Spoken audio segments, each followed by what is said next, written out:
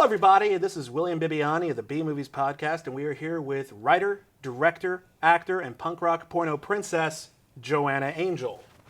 Hi. Her latest film is The Walking Dead, a hardcore parody. We're going to be talking about her whole career. We're going to be talking about a lot of her newest and best movies. So stick around. Joanna.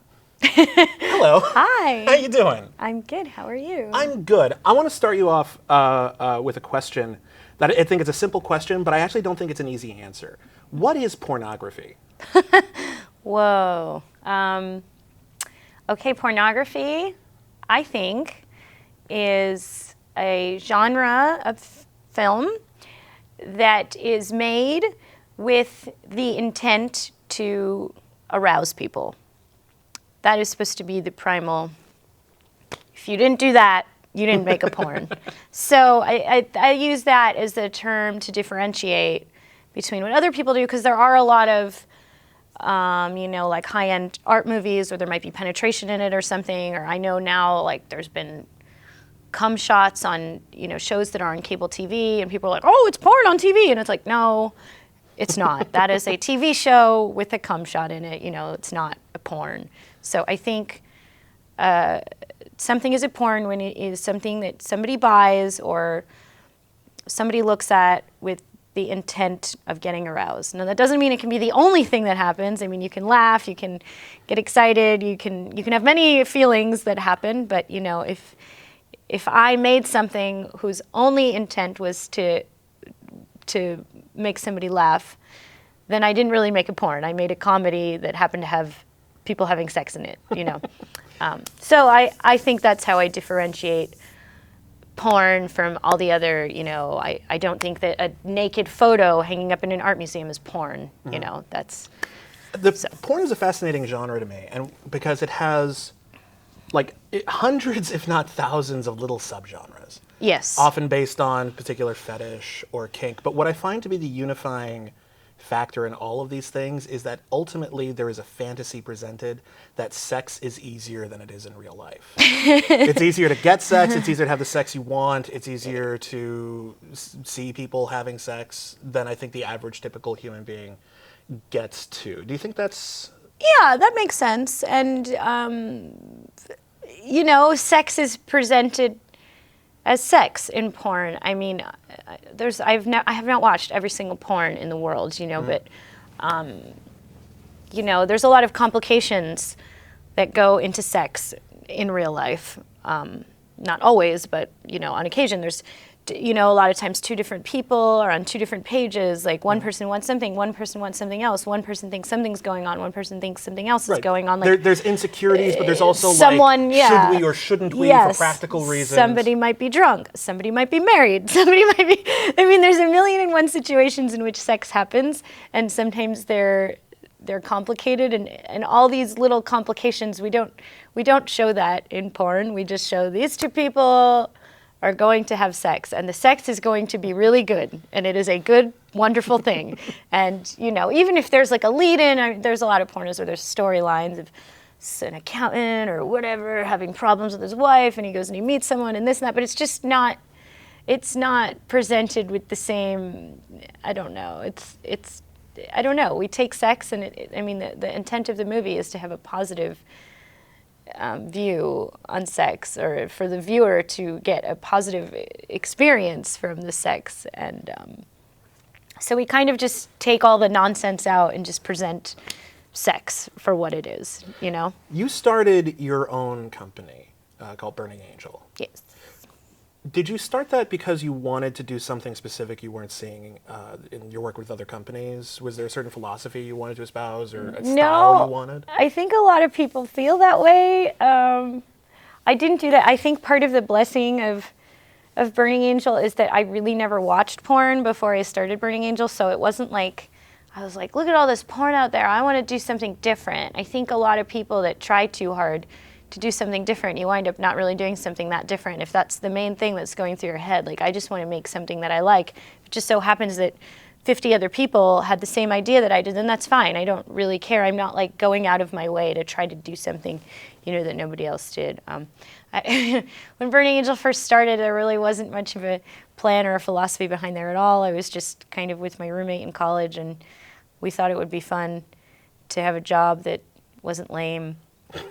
And I don't know, we had this idea to start this website, and we kind of just like went with what we knew, you know, like the first few girls that were on the site, they were friends or like friends of ours. You know, we had band interviews with, you know, with friends' bands, and a friend of ours put up the website. I mean, this was just kind of like some weird collaboration of stuff, and it was my vision. And I didn't even watch a porn until about a year after the website started. And I didn't even watch very much of it. I didn't really start to really know about porn until several years later. So, and to this day, there's a lot of different kind of porn made.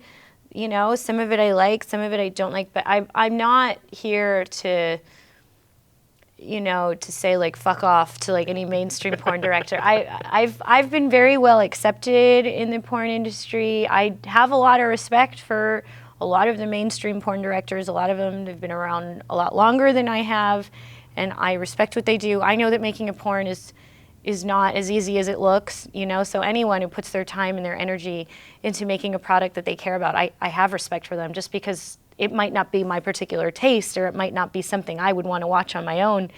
I mean, that's fine. That's why there's room for everyone that exists in the industry. But I'm not, you know, I'm not like, oh yeah, porn like needed me and that's why I'm here. I don't, you know, I have met other people like that in the industry, and ultimately they just wind up failing, because you can't enter any situation as the new kid on the block acting like you're better than everybody else. That's just like not how you can survive anywhere. Well, it doesn't imply that like, I feel like if you're gonna break rules, you have to know why you're breaking them. Exactly. So you kind of have to work within the system and then change it from within. But it's interesting because I've talked to a fair number of adult filmmakers and adult stars, and one thing I've noticed is that I've heard this a lot, that they don't generally watch a lot of porn, or that because when you're in the mainstream entertainment industry with like filmmakers or whatever, like you hear about Martin Scorsese and all he does is talk about other movies he liked and how he wanted to incorporate this element. And it seems like a lot of pornographic content is made by people who are kind of just shooting what they want to see. Yeah, I know. I mean, I definitely look at a lot more stuff now than I ever did, and it's more for like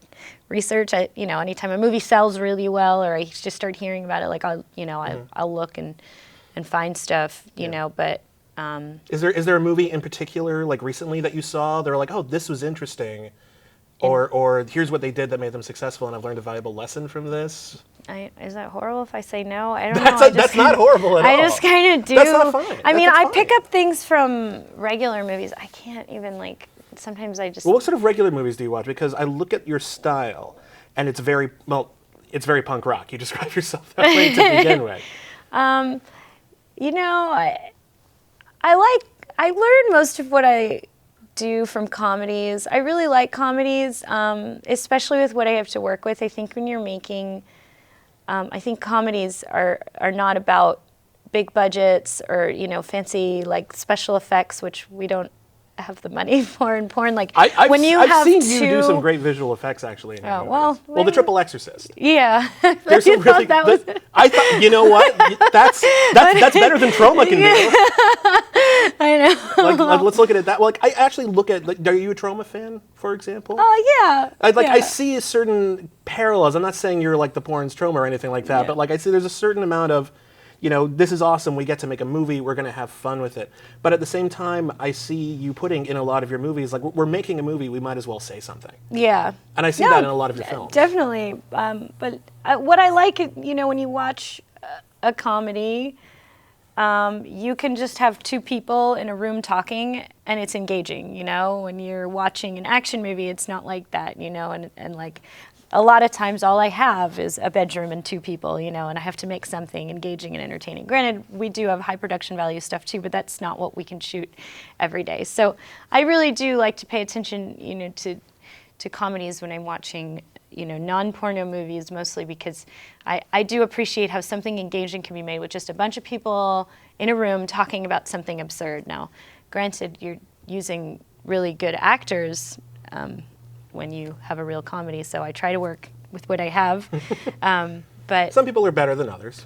Yes. One thing I've noticed is that a lot of porn feels like you put two people in a room and it looks like they're ad-libbing a lot of it. Here's the setup, get to the sex eventually. But yours seem a little bit more scripted. Yeah, I try. I mean, we're kind of like a weird family, so there are some people that work for me, and and they can ad-lib stuff just because they know me and my style so well, and they've worked for me so many times. And sometimes I get a little lazy, and I come to set, and I'm like, I don't really know what we should shoot today, and then we all laugh about it, and then we'll kind of like brainstorm stuff, like everyone together, and then we'll shoot something. Or like sometimes I'm like, and then just say something, and I'll even write scripts, and sometimes there'll be like lines in the script that's like, say something and then get to sex, like, but I can't have that with everyone. I can't have that if a girl's working for me for the first time. But there's like a couple guys that work for me all the time, and they know my style, and we have a good repertoire, and they're able to ad-lib stuff. I mean, just like TV shows. I was on, I was on an episode of Children's Hospital with Rob Corddry, and I saw like a lot of, I mean, I knew the script because I read the script for that episode, and like Rob Corddry and Paul Scheer, they like went pages and pages off the script, and they like speak their own language, so they could ad-lib with each other. So I think it's similar, in porn, the people I know well, they can come up with things on the spot. But there was a while where for a lot of the little vignettes that we did, I didn't have a script at all, and I just kind of like told people things and hoped that it would make sense. And then one day I was like, if I really want to get how this is in my head, I need to write this down. A lot of times I wind up writing the scripts on set or something like that. But just, when you're shooting dialogue like that, if you really want to get something across, you need to have a script. So when there are people talking, I try to have a script. But I feel like your approach sometimes seems a little bit more. It seems like you're trying to have fun with it. There's a scene I saw that was a very interesting take on a traditional porno setup, and it was in My Favorite Emo Sluts. Yes, which I just like saying classic. on camera. So which one? It was with Sailor, James Dean, and Mick Blue, and they were playing Guitar Hero, and whoever won the Guitar Hero match was going to have sex with Sailor, and then James Dean won, and then you came on camera, and like I think it had like a director's headset, and you're just like, yeah, I thought you were going to lose this. You're in too many scenes. You're in way too many scenes on the site. The fans have spoken, so I know you won this. We didn't really think this out. This is awkward. Yeah. Was that? We really broke the fourth wall there. You did, and it was cute. I thought it was fun. It was endearing because I felt like I had like a connection to the people making the film, and I got the sense that this was all in the spirit of good fun. Yeah. We try to always have fun, and I try to embrace that what I'm making is a porn. I try not to kind of go over my head. I don't know. I'm always I always just try and have fun with things. Yeah. That's I don't know. I try to like make it a joke that everybody else is in on, and what I really want, I feel like this whole world or mainstream media, they really point and laugh at porn like it's a circus, Dance and monkeys, the whole dance, typical like I'm just so sick of it. Like even in in Zach and Miri Make a Porno or any place where porn is depicted in mainstream, it's just the same joke again and again. It's like, oh, here's a pizza guy, and here's a nurse, and here are two people that aren't very smart, and I'm just kind of sick of all that, and like I just want, when people watch my movies, I want them to laugh with us and not at us. There's a good sense. And I don't like it. I don't like being laughed at. I work too hard. You work very hard. And I get it. I get it that people put on porn, and a lot of times the acting is not amazing, or a lot of times there's very cheesy effects, but whatever. Like so I try to just embrace whatever it is that we have, and I'm very aware of what we have, and so that's ultimately my goal, is to make people laugh with us and not laugh at us. I don't want to be the butt of somebody else's joke. I want to make the joke. No, yeah, and I think, as I was saying, I think that when you watch a Joanna Angel movie or a Burning Angel movie, even if you don't direct it, there is a sense of sort of winking to the camera a little bit. That's what we do. I am glad you acknowledge that. Well, I'm really smart. Thank you for laughing at that. No, I really do appreciate it. Thank you. A lot of times you just hear the same nonsense about porn again and again. They're like, oh, so what do you do if you're in a scene and a guy smells really bad? And it's like, come on. It's like every time I do an interview, people just like, Like they just have this thing in their head of like what porn is, and they just have the same 5 like stupid questions. And I'm like, I don't know. What do you do when you go to like you're sitting in a taxi and the guy next to you smells bad? You interact the same way. There's a level you deal with it. But I feel like there's the same 5 stupid questions for almost every profession. It's true. Think of how many actors just get asked, how do you memorize all those lines? I read them over and over again, and then I know them. It's my job. How do you do your job? You know? Right?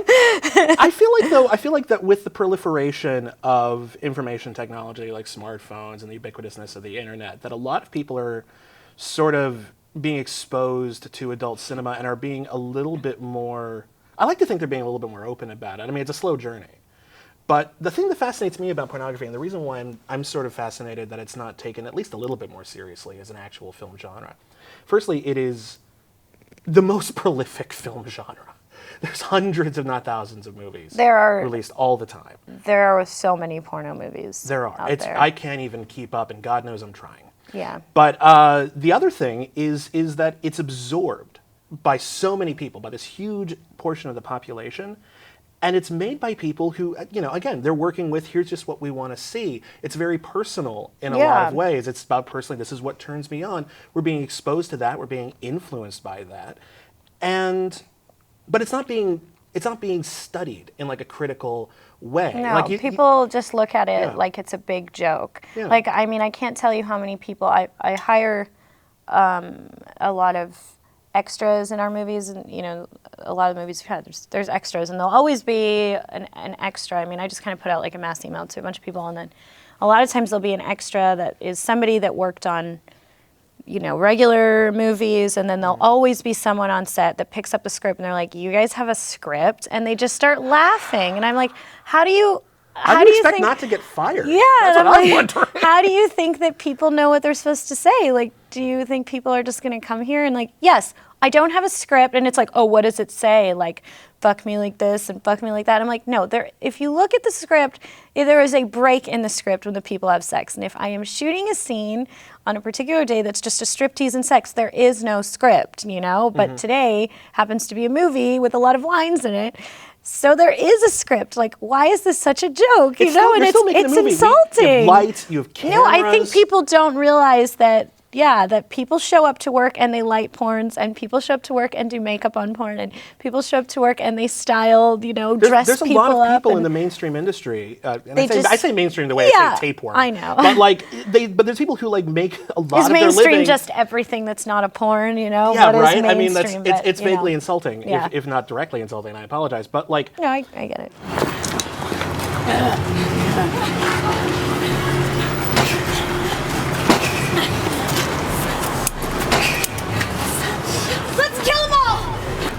Under him now! Come here!